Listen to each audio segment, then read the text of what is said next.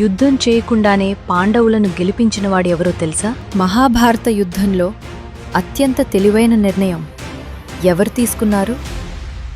యుద్ధంలో ఆయుధం పట్టకుండా పాండవులను గెలిపించినవాడు ఎవరో తెలుసా? పాండవులు యుద్ధంలో గెలవటానికి ఒక గొప్ప వ్యూహం అవసరం. ఆ వ్యూహాన్ని చెప్పినవాడు యుద్ధంలో ఆయుధం కూడా పట్టలేదు. అతనే శ్రీకృష్ణుడు. మహాభారత యుద్ధంలో కృష్ణుడు యుద్ధం చేయలేదు, కాని అతని బుద్ధి పాండవులకు విజయాన్నిచ్చింది.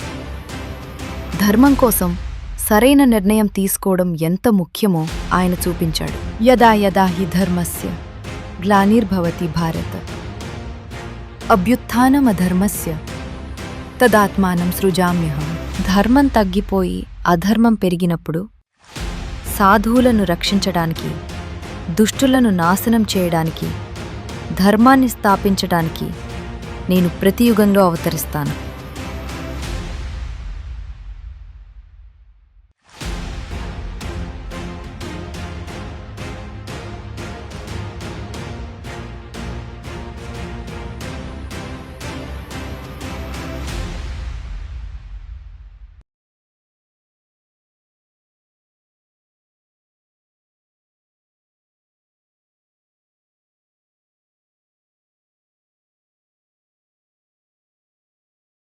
ఈ వీడియో నచ్చితే లైక్ చేయండి.